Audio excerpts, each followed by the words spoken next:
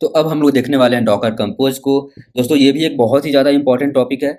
Docker compose को use किया जाता है to automate the process of deploying your container. Let suppose अभी तक हमने क्या किया, हमने जो भी कंटेनर डिप्लॉय किए, लेट सपोज हमारी एक एप्लीकेशन में 5 अलग-अलग कंटेनर है, तो हमने क्या करा, हमने कमांड डाला पहला का -p। मैंने जो सैंपल एप्लीकेशन दिया था मैं उसका बात कर रहा हूँ आपको। यहाँ पे आपने नेटवर्क डाला होगा, कोई भी AWS वगैरह, यहाँ पे नेम डाला, फ्रंट एंड, फिर से फ्रंट एंड।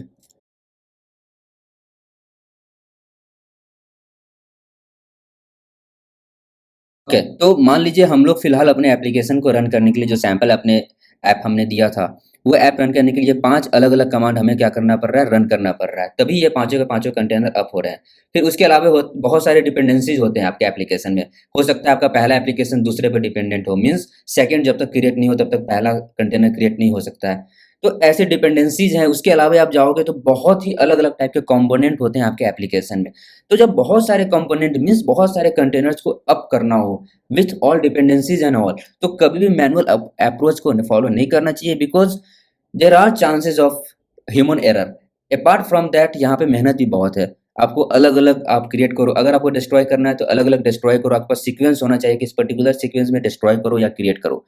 बहुत सारे ऐसे फैक्टर्स हैं। तो उस डॉकर ने क्या एक सॉल्यूशन दिया, वो है डॉकर कंपोज। यहाँ पे क्या होता है, हमें एक स्क्रिप्ट लिखना होता है। लेट्स सपोज ये एक फाइल है, इसके अंदर हम लोग एक स्क्रिप्ट लिखेंगे। उस स्क्रिप्ट में बताएंगे कि कौन-कौन सा सर्वर क्रिएट होना है, सॉरी कौन-कौन सा कंपोनेंट क्रिएट होना है, कौन सा कंपोनेंट किस कंपोनेंट पे डिपेंडेंट है, कौन सा कंपोनेंट किस नेटवर्क पे क्रिएट हो रहा है। वो सारी की सारी डिटेल हम लोग एक स्क्रिप्ट के फॉर्म में लिख देंगे और उस स्क्रिप्ट को रन करेंगे। ये बाय डिफ़ॉल्ट ऑटोमेटिकली आपके सारे के सारे कंपोनेंट्स को, सारे के सारे सर्विसेज को डॉकर होस्ट पे डिप्लॉय कर देगा। अगर आपको मेरा वीडियो अच्छा लग रहा है तो प्लीज़ इसे लाइक कर दीजिए, और अगर आपने अभी तक मेरे चैनल को सब्सक्राइब नहीं किया है तो प्लीज़ इसे सब्सक्राइब कर दीजिए। चलिए, तो अभी हम लोग देख लेते हैं कि डॉकर कंपोज फाइल हम लोग कैसे लिखते हैं। तो दोस्तों डॉकर कंपोज फाइल है ना, वो YAML फॉर्मेट में होता है। ये एक सिंपल सा स्क्रिप्ट होता है जिसके थ्रू हम लोग मल्टीपल कंटेनर्स को क्रिएट कर सकते हैं और उसे अपने डॉकर होस्ट पे डिप्लॉय कर सकते हैं। तो आपको सबसे पहले क्या करना है, आपको यहाँ मेंशन करना है सर्विसेज। सर्विसेज मतलब क्या क्या क्या एप्लीकेशन आप डिप्लॉय करना चाहते हो। सर्विसेज का मतलब हो गया क्या क्या एप्लीकेशन डिप्लॉय करना चाहता हूँ।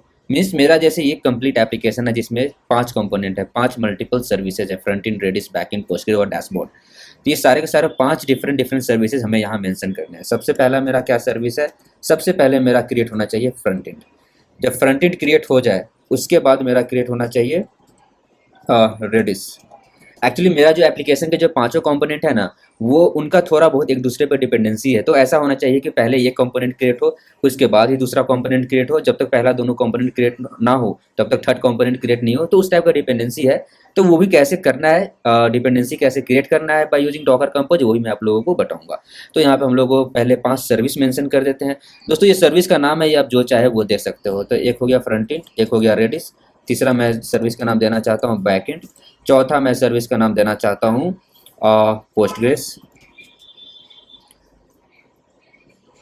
पोस्टग्रेस मैं यहाँ दे देता हूँ, इससे हटाओ। चलिए, ये डिपेंडेंसी के कारण मैं इस तरह से क्रिएट कर रहा हूँ। तो यहाँ पे अब आ जाते हैं। इसके बाद आपका क्रिएट होगा बैकएंड, सॉरी बैकएंड, और एक बार जब आपका बैकएंड क्रिएट हो जाता है तो आपका क्रिएट हो जाएगा क्या, डैशबोर्ड। अब ये 5 अलग-अलग तो सर्विस क्रिएट करने हैं, बट हमें स्पेसिफिकेशन भी तो लिखना है कि हमें आखिर चाहिए क्या। आपको याद होगा दोस्तों, जब हम लोग मैनुअली क्रिएट करते हैं, जैसा कि लेफ्ट साइड में मैंने अपने कमांड्स को यहाँ मेंशन करा है, -dit -p 505 पोर्ट नंबर, क्या नेटवर्क होगा, क्या नाम होगा, कौन सा इमेज यूज़ करेगा, वो सारे डिटेल हमें यहाँ लिखने हैं। तो हम लोग यहाँ पे इमेज के लिए 2 काम कर सकते हैं। एक, जैसे कि ये मान लीजिए हमारा एप्लीकेशन है, तो सारे के सारे फ़ोल्डर के अंदर आप देख सकते हो डॉकर फाइल है। अगर आप चाहते हो कि लेट्स सपोज आपके पास, आपने ऑलरेडी इमेज क्रिएट करा नहीं है, आपके पास बस डॉकर फाइल है, आपने कोई भी इमेज क्रिएट नहीं करा है, तो आप अगर चाहते हो कि डॉकर कंपोज क्या करे, आपका पहले इमेज क्रिएट करे और फिर उससे कंटेनर क्रिएट करे, तो आप वो कर सकते हो। उसके लिए आपको क्या करना होगा, बिल्ड करना होगा। आप सबसे पहले क्या करोगे, बिल्ड करोगे। तो अब बिल्ड क्या करोगे, तो बिल्ड का मतलब क्या होता है, जहाँ पे डॉकर फाइल हो वहाँ पे जाकर के आपको बिल्ड कमांड रन करना होगा, तो जाके आपका ये बिल्ड हो जाएगा। आपको क्या देना है, $/build, सॉरी स्लैश किसके अंदर है, फ्रंट एंड के अंदर। फ्रंट एंड जो फोल्डर है back in front end folder के अंदर डॉकर फाइल है, डैशबोर्ड के अंदर डॉकर फाइल है, बैक इन के अंदर डॉकर फाइल है। तो हमें पहले इन तीनों का इमेज क्रिएट करना है। तो इसके बाद हम लोग सेकेंड सेकेंड स्पेसिफिकेशन लिखेंगे। वो क्या है हमारा, यहाँ पे आप लोग लेफ्ट साइड में देख सकते हो, ये है पोर्ट। यहाँ से आपको डालना है पोर्ट्स। उसके बाद यहाँ पे आपको अपना पोर्ट नंबर लिखना है। आप क्या मैपिंग करना चाहते हो वो यहाँ पे आपको लिख देना है। ये देख सकते हो, चलिए डबल क्वार्ट्स में है तो चलिए मैं डबल क्वार्ट्स में लिख देता हूँ। आप चाहो तो 5000 पोर्ट नंबर रख सकते हो। अब पोर्ट के बाद में हमें क्या देना है, हमें देना है नेटवर्किंग, नेटवर्क्स। नेटवर्क्स में क्या है, मैं चलिए एक एग्जांपल ले लेता हूँ। लेट सपोज कि मैं जो नेटवर्क क्रिएट करना चाहता हूँ वो है hyphen net.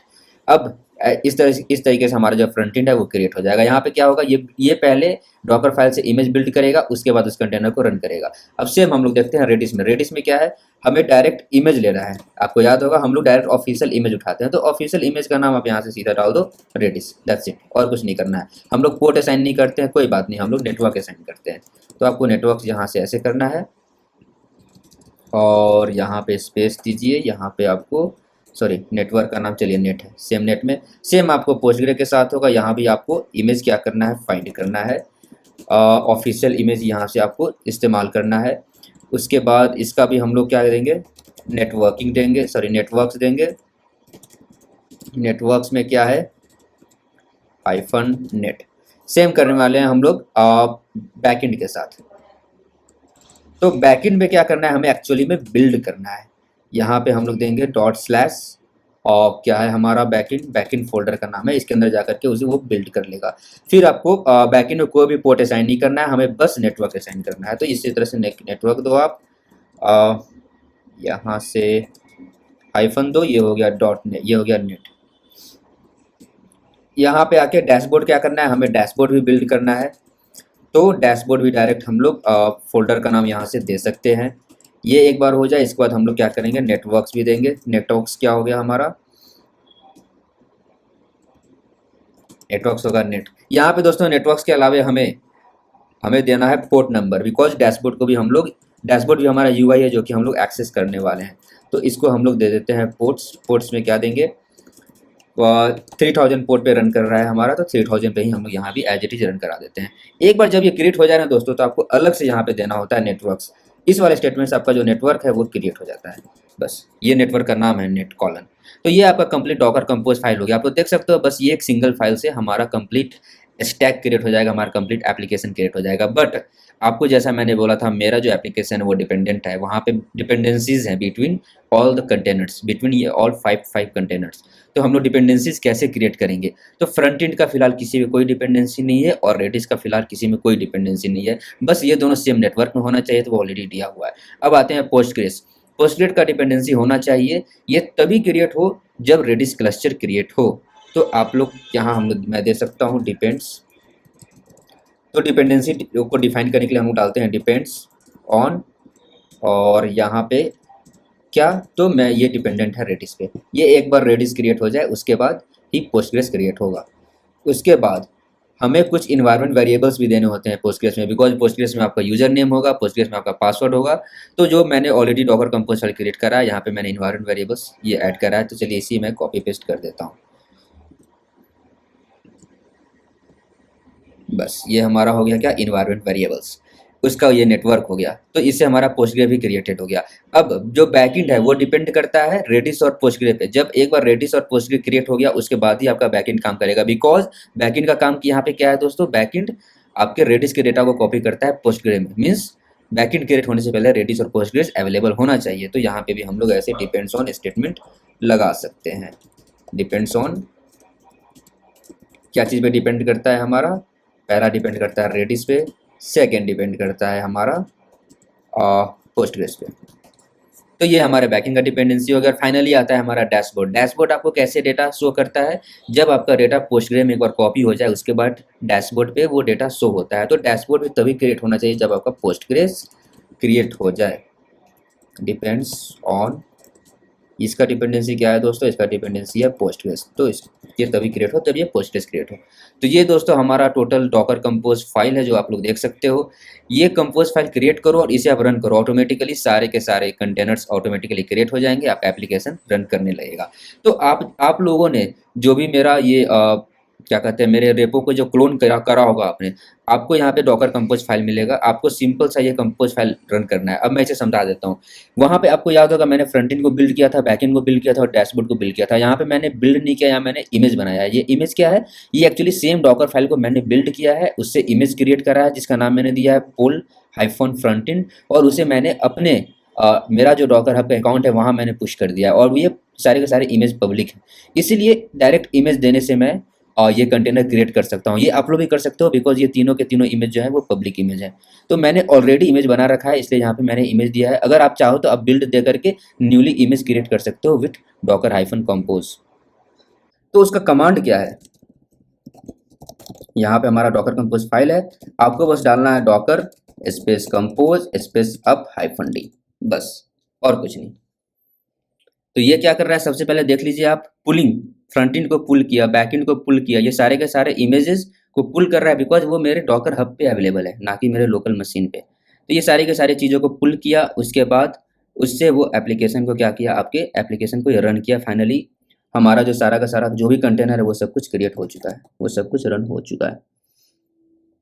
Okay, there is a issue कि मेरा ये जो पोर्ट नंबर था वो पहले से यूज हो रहा था, इसलिए ये क्रिएट नहीं हो पाया है अच्छे से। 6 करते हैं और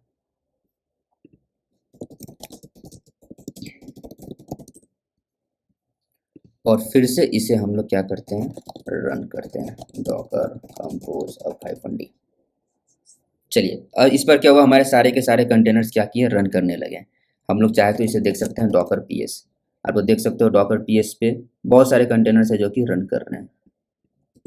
इस पर क्लियर से है नहीं, चलिए मैं आपको क्लियर यहाँ दिखा देता हूँ। एक्चुअली मेरे उसके अलावा भी बहुत सारे कंटेनर्स है जो ऑलरेडी रन कर रहे हैं, इसलिए आप लोग कंफ्यूज हो जाओगे। तो मैं डायरेक्ट यहाँ से एक्सेस करके दिखाता हूँ आपको। ये है 6, ये मेरा फ्रंट एंड हो गया और ये मेरा हो गया आपको डैशबोर्ड।